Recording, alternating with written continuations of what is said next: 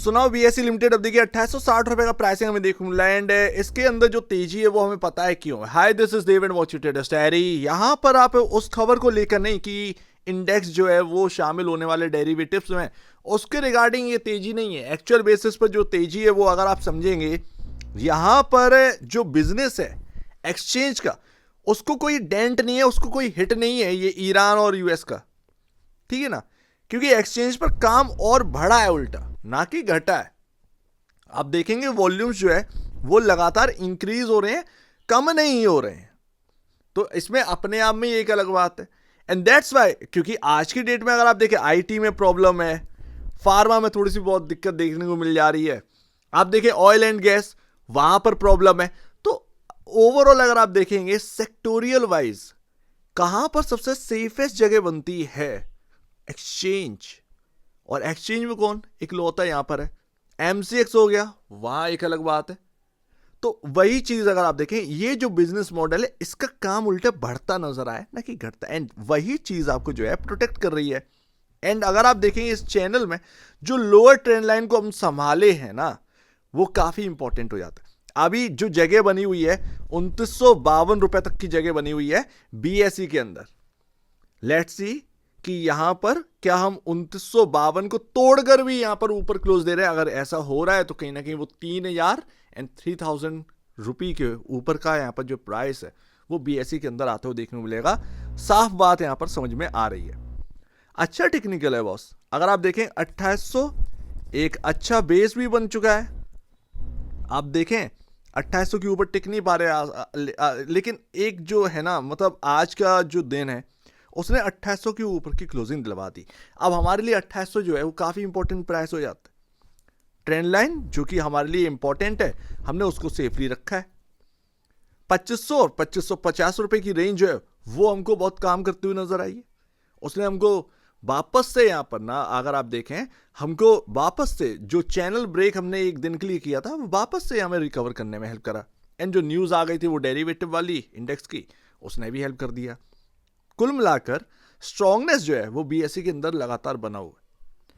अभी अगर आप देखेंगे तो जो आज की डेट में 16.72 time price to book value पर मिल रहा है, ठीक ठाक जगह पर यहां पर ना स्टॉक अवेलेबल है।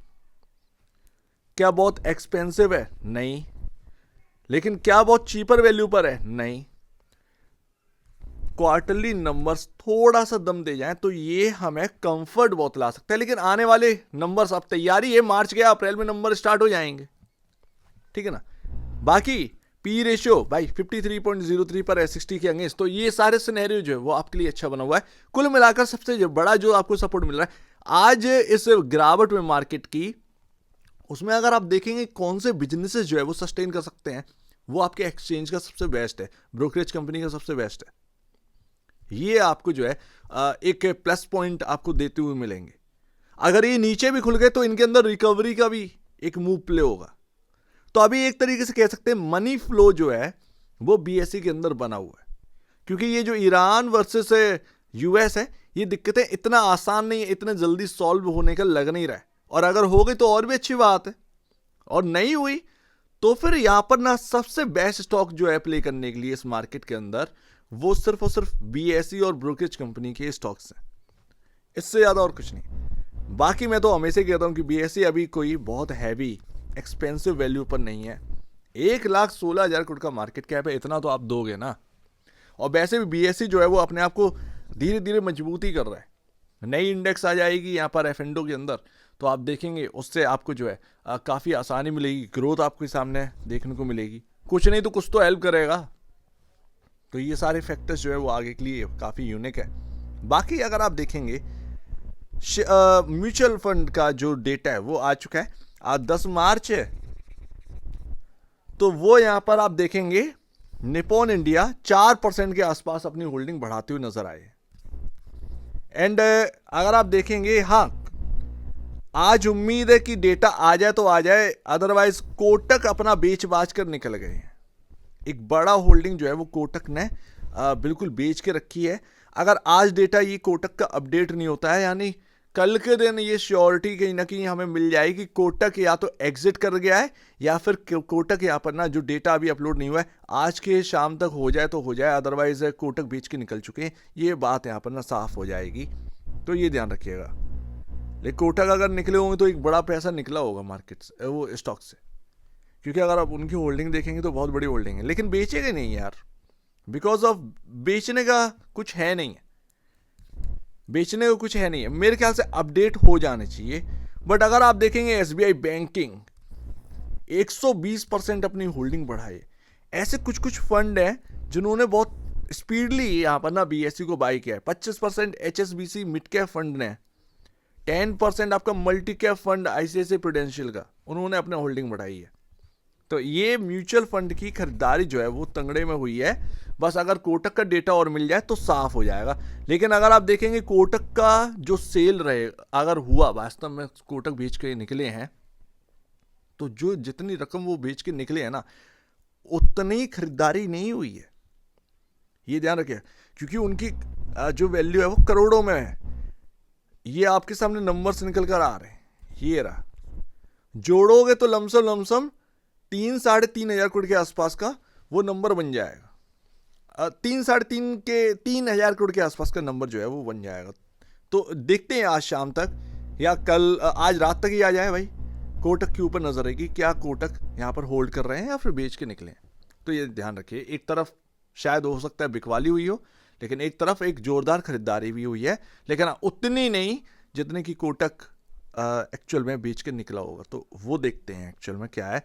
एंड लास्ट, यहां पर अगर आप देखेंगे मूविंग एवरेज, ग्रीन लाइन जो देख रही है 2800 आपका अब एक बेस की तरह काम कर रहा है, लेकिन उसके नीचे ही आपका यहां पर 2780 के राउंड आपका मूविंग एवरेज है। तो ध्यान रखिएगा 2800 2780 अब ये काफी इंपॉर्टेंट है, ये अब काफी इंपॉर्टेंट है। 2780 नहीं भाई, हाई बीटा है, क्योंकि एक्चुअल बेसिस पर है क्या कि मार्केट के अंदर अगर मान लो 500 पॉइंट की गिरावट हो गई और आप एक इंपॉर्टेंट जगह पर ओपन भी होते हो, क्योंकि कुछ पता रहता नहीं है आजकल, तो मार्केट में कुछ भी चल रहा है, ठीक है।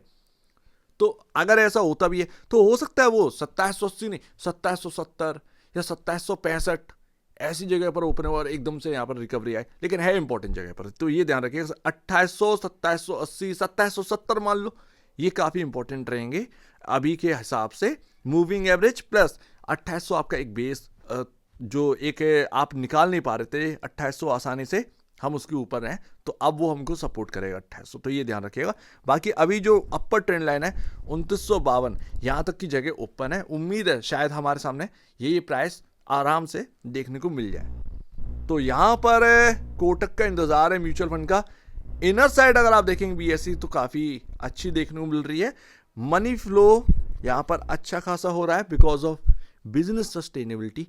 एक्सचेंज का बिजनेस तो कोई हिट नहीं हुआ है उस पर, एक्सचेंज का बिजनेस लगातार चल रहा है एंड उसकी वजह से स्टॉक पर जो है कोई दबाव नहीं देखने को मिला है, उल्टा यहाँ पर खरीदारी देखने को मिली है। लेकिन ये मनी फ्लो है, जब सारी चीज़ें नॉर्मल होगी तब देखते हैं कि किस तरीके से रिएक्ट करता है, किस तरीके से रिएक्ट करता है। बिकॉज ऑफ जब सारी चीज़ें नॉर्मल होगी तब बाकी जगह जगह सेक्टोरियल वाइज वो चीज़ें चुनी जाएंगी। फिर जो मनी फ्लो आपकी तरफ बढ़ रहा था वो फिर उसका क्या होता है, क्योंकि एक बार मनी फ्लो आता है तो वो कहीं ना कहीं निकलता भी है, उस वक्त क्या रिएक्ट होगा। लेकिन अभी ये सब जानने की जरूरत नहीं। टेक्निकल बेसिस पर 2800 2780 2770 ये काफ़ी इंपॉर्टेंट है, इतना ध्यान रखिए। एंड ऊपर 2952 तक की जगह है, यानी 100 रुपये ऊपर का यहाँ पर जो ट्रेंड लाइन के हिसाब से वो यहाँ पे जगह ओपन है। उस हिसाब से पोजीशनिंग क्या करनी है क्या नहीं, स्ट्रेटजी बना के वो देखिएगा। सो उम्मीद है काफी कुछ आपको समझ में आया होगा।